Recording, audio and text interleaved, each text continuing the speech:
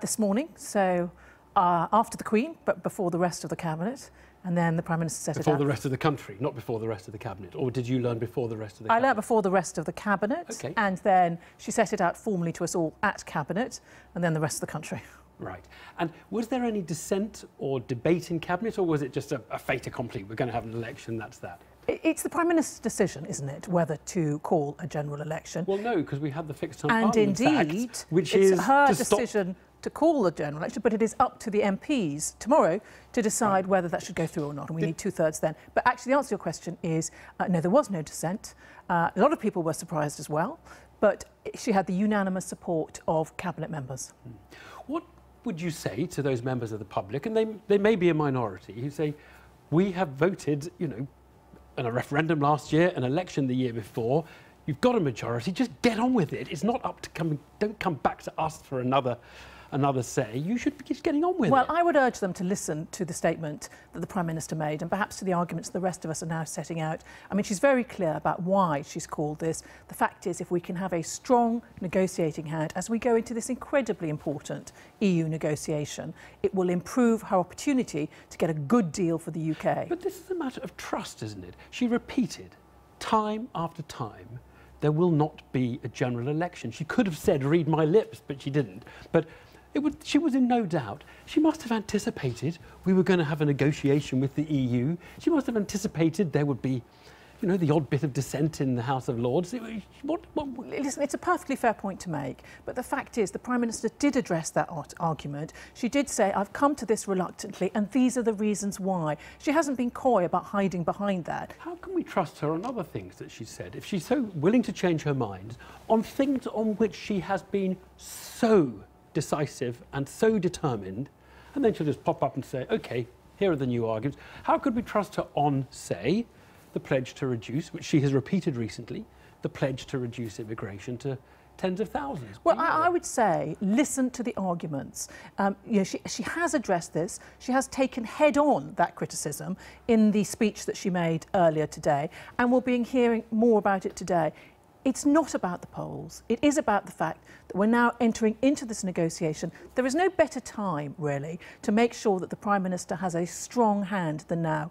Article 50 has been triggered. She knew that we before. know she's always known that she wanted a strong hand. Is now doing their negotiations. We need to get into that position. No, I don't accept that. I don't accept that it's being premeditated, as you're suggesting. I accept the fact that she has come to this reluctantly after thinking about it recently and made this decision. She's been very candid about that, and she has a reputation for taking her time to consider things and then making the decision. I mean, that's the point. She has a reputation for being straight with the people, taking her time. She took her time, she made a decision, and when the polls turned in her favour, decisively in her favour, she changed her mind and went to the country. I don't see it like that, and the public will have an opportunity to decide whether they see it like that in approximately 50 days. I asked you how we could trust her on other issues, like immigration. Can we trust her that immigration will come down to below to tens of thousands? The manifesto, if that's what you're asking about, is being worked on now. We'll be setting that out in the next couple of weeks, and then we'll address that question and many others. And so it is possible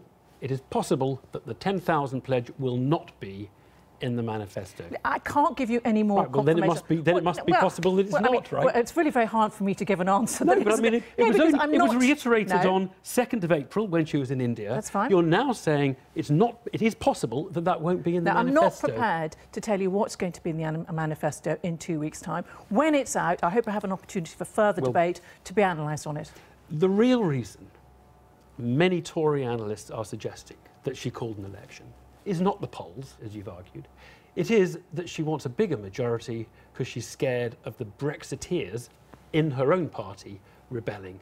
Because one day she may have to come back in the next 2 years and say, it's not as easy as I have suggested, folks. It's going to be quite a tough thing, and the Brexit isn't going to be as clear-cut or as clean as I have wanted.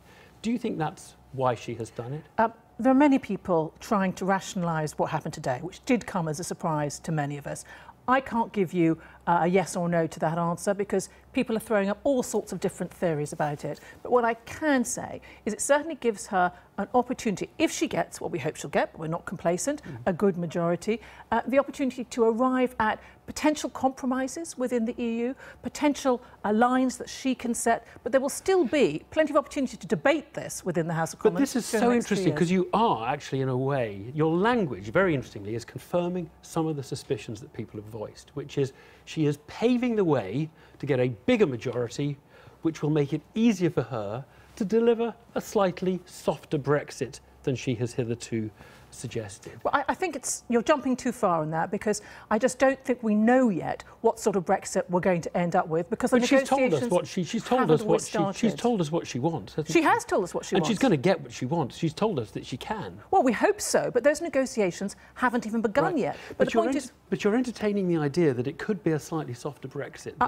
than the one she wants. Again, I don't think we should look yet for all those sort of conspiracy theories within it's not the a conspiracy theory. No, but there are lots of different theories. There are lots of different theories and perfectly sensible, perhaps. But the one that is most important is the timing in terms of the fact we've triggered Article 50. We don't want to be going into an election year or just before an election year as we enter the final conclusions in March 2019. We want to be able to have that full mandate, the 5 years to go ahead, so we do the negotiations and then for the next years. No, that's a bit strange. We're going to be out on March. Indeed. In 2019. Indeed. That gives us a whole year of being out before the next election. No, but an election can start, taking we don't have a year of election, do we? Come on. The fact is, the EU would know, in terms of any negotiations, final deal, that the UK would be going into an election year the next year. In terms of having a strong hand with negotiating with the EU, you don't want the UK election to be on the cards. You want to say, this is the mandate that the UK has. Last year's referendum was decisive but close. I hope that this year we can get a strong mandate so that we can go and negotiate a Brexit which is in the national interest. Theresa May has made very clear voting for her gives her a mandate for her Brexit. So what should people do if they like Theresa May, they like the Tories, but they don't like her Brexit? OK, well, I would ask them to interrogate that Brexit. So she set out at the Lancaster House speech some of her Brexit proposals, and you say she wants out of the single market. I agree, but the phrase is the widest possible access to the single market. You say she wants out of the customs union. I agree, but she still wants to have a negotiation where we can participate in some elements of the customs union to help our businesses. So I don't think it's quite as clear-cut as you're putting it, and I hope we can make the case. I listened to that Lancaster House speech that she delivered. She talked about the widest possible access to the single market. But she couldn't have been clearer. She's been admirably clear about a very hard Brexit. No, I don't agree with that. There are many, like Stephen Dorrell, who was a Tory health secretary, who was saying we need to vote for candidates. He's a European movement person now, very pro-Remain. He said people like him should be voting for candidates who are pro-European, who want to extend our relationship with Europeans. I don't recognise this description of hard Brexit as the government's position. Actually, but I can tell you, nor do I recognise soft Brexit. You can call it sensible Brexit, you can call it national interest Brexit, but it's neither on one extreme or the other. It's a practical Brexit that we're going to try and deliver in the national interest. Amber Rudd, thank you very much. Thank you.